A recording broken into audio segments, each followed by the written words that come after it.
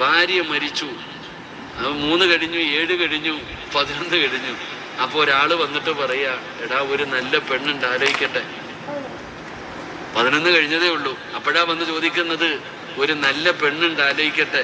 ഭർത്താവ് പറയാ, അളിയ 40 കഴിയട്ടെ, ഇല്ലെങ്കിൽ നാട്ടുകാരെന്തോ പറയുമെന്ന്. ഇതാ അവസ്ഥ.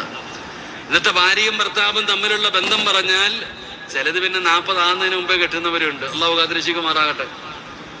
പറയടോ അല്ലേ? 40 കഴിയട്ടെ. കാരണം 40 കഴിഞ്ഞിട്ട് കെട്ടാൻ വേണ്ടി കാത്തിരിക്കാം. വലിയ സ്നേഹമാ. എന്റെ ജീവനായിരുന്നു ഉസ്താദ്, എന്റെ ആമിന. എവിടെ ജീവൻ?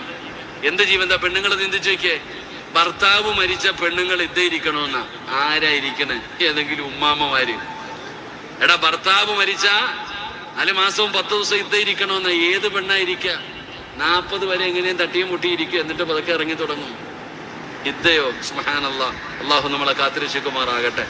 എന്റെ പ്രിയപ്പെട്ട ഭാര്യ മരിച്ചു, 3